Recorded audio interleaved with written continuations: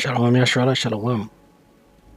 Kalalayam Alahayanawa, Yahweh Ba'ashem, Yahushai, Ba'ashem, Rakaha Kwadash. Double honors to the apostles and elders, the great Muslim who teach one rule, who taught me this truth. Peace and salutation to the Aki and the fellow laborers, the hopeful elect, preaching this truth at risk of their own lives throughout the four corners of the earth. To the Aqua, listen, learner, Shalom. We'll get right into it. It's your brother Shema from the Pillars of Benjamin camp, and we'll get right into it. A few news topics, right? All right, we see this by now. By now, we know what's going on with this being pushed heavily, right? I'm not gonna read it. Not even gonna mention it, right? Cause these devils, you know how it is already, right? 2nd Ezra chapter 16. The plagues draw nigh and are not slack. Right, and these are the times we're in, man. 2nd Ezra 16, verse 14, it reads, "Behold, the plagues are sent, and shall not return again, until they come upon the earth." Right, and this is going in the missiles. It's not the one I wanted, but these are plagues also, man. Right. The one I wanted is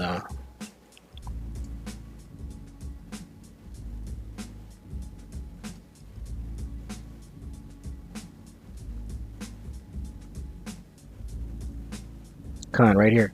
2nd Ezra 16, verse 32, verse 37, Salakia. "Behold, the plagues draw nigh and are not slack." Right? They're here, man. These plagues are here. Right?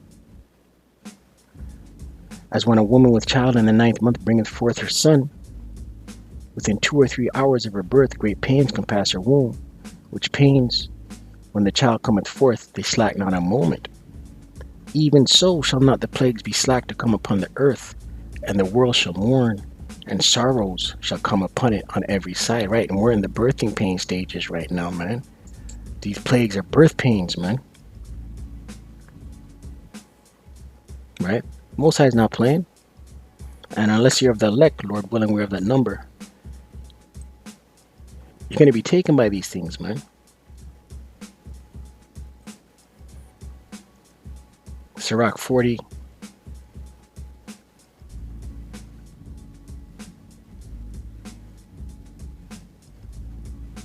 Sirach 40, verse 9. And it reads, "Death and bloodshed, strife and sword, calamities, famine, tribulation, and the scourge." Right? Let's read that again. Death and bloodshed, strife and sword, calamities, famine, tribulation, and the scourge. These things are created for the wicked, and for their sakes came the flood. Right? So these things are created for the wicked, man. Right? The Lord is not playing. He's sending forth his judgments, man. Right? Plagues. This came out on the Wall Street Journal. More subprime borrowers are missing loan payments. Borrowers with limited or troubled credit score histories are defaulting on credits, car loans, and personal loans. Consumers with low credit scores are falling behind on payments for car loans, personal loans, and credit cards, a sign that the healthiest consumer lending environment on record in the U.S. is coming to an end. Right? This place, Babylon the Great, America the Great. It's through, man. Right? Richest prophet not in the day of wrath. All money gonna be useless.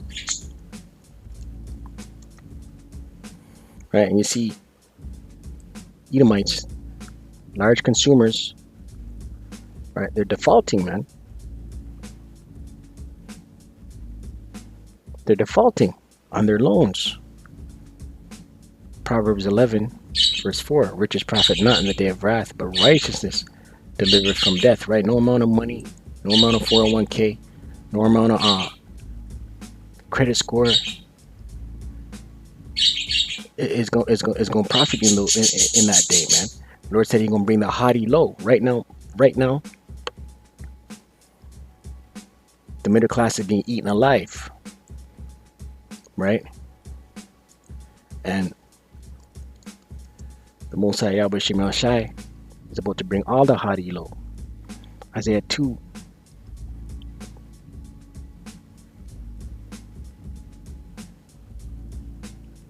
And this is the jump off, this is the setup, a time of trouble, a time like no other, right? Ultimately leading into the missiles. Isaiah 2 verse 17. And the loftiness of men shall be bowed down, right? Who more proud than Esau, Edom? Who more proud than America the Great, Babylon the Great? Babylonians aren't ready for heavy affliction. They're not ready for that, man. Babylonians are not ready for sheriffs escorting them from their homes, repossessing their vehicles, right? They're not ready for that. Isaiah 2 verse 17. And the loftiest of men shall be bowed down, and the haughtiest of men shall be made low, and the Lord, all caps Yahweh, alone shall be exalted in that day, right? And the Lord Yahweh Shemel Shai is visiting this place steady. It's a steady dose of woes, man. Steady dose of affliction. And it's going to increase. Isaiah 2 verse 20. In that day a man shall cast his idols of silver and his idols of gold, which they made each one for himself to worship, to the moles and to the bats, right? All idol worship, money worship, whatever it be, all idols are going to be cast to the moles and the bats.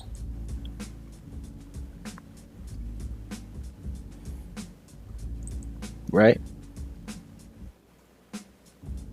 Many great miseries. 2nd Ezra 8 verse 50. This is what's coming for this place, man. All right, we're seeing America the Great, Babylon the Great in straits, being attacked on all fronts. 2nd Ezra 8 verse 50. Scripture been coming out a lot, because these are the times we're in, man.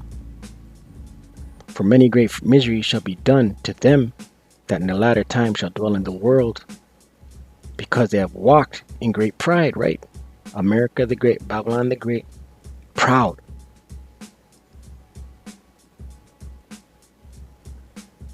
Right? Invasive jumping worms have made their way into California, and scientists are worried, right? This article came out day before yesterday. Right? Invasive jumping worms. They clone themselves, they thrash violently like a rattlesnake when handled. They can jump a foot in the air, and now they're in California. Beyond the jumping worms' gnarly appearance, the species is also referred to as Alabama jumpers, Jersey wrigglers, and crazy snake worms, but officially named the Asian jumping worm. Scientists are now concerned about the significant threat the invasive species may have on the state. Right? Jumping worms, man. Amynthus agrestis is native to Japan and the Korean Peninsula, but it made its way to North America through landscape plants imported from those regions. They were first spotted rising through American soil in Wisconsin in 2013, and have since been found across the East Coast, but now they're reportedly headed west, right? The Most High is the author of these things. The worm was first seen in California last July, when one was positively identified in Napa Country by California Department of Food and Agriculture entomologists. The identification of that critter was confirmed through DNA sequencing.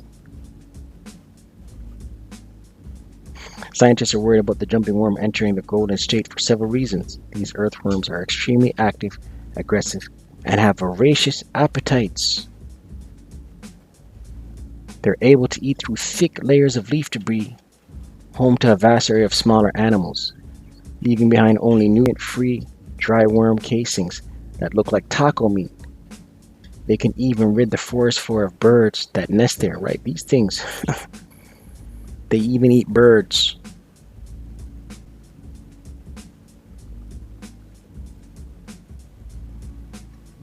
Right? Most High is visiting this place, man.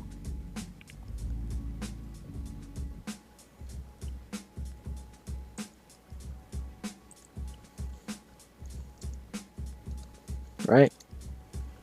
Strike Egypt with plagues as before. Right? Second Ezra 15, roughly paraphrasing. Strike Egypt with plagues as before. Right? Psalms 105.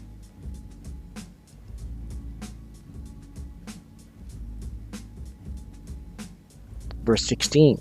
Moreover, he called for a famine upon the land. He broke the whole staff of bread. Right? And this is what the Most High Yahweh did to ancient Egypt, man. Right? He brought famine. What else did he do? Psalms 105,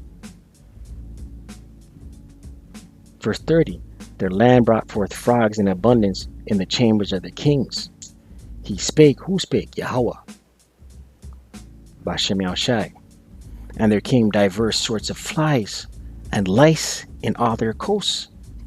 He gave them hail for rain and flaming fire in their land. Right, we see forest fires going on the west coast, down there in New Mexico. He smote their vines also on their fig trees and break the trees of their coast. Right, this can equate to today's wheat shortage, man. He spake, and the locusts came. Right, the Most High Yahweh Shai brought the locusts. Here's the point.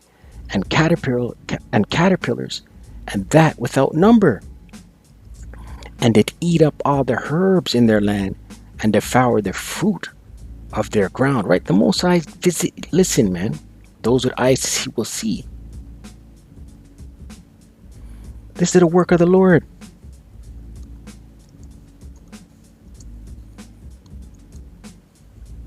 Isaiah 45, verse 7, and it reads, I form the light and create darkness. I make peace and create evil. Evil meaning bad times. I, the Lord, all caps, Yahweh, do all these things. Right, this is the work of the Lord, man. Right, in Joel 2 it says, my great army. What was the Lord talking about? The cankerworm.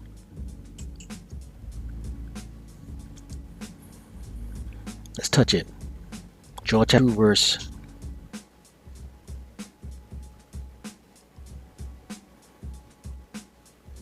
25.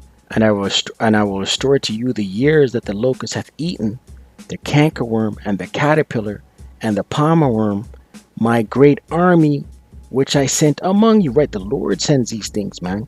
This is going into the restoration. Right, the Lord is saying he's going to restore the wheat and the fats and the overflow with wine. But then he makes mention that he brought the locust and the cankerworm and the caterpillar and the palmer worm, and he referred to them as his great army. Right?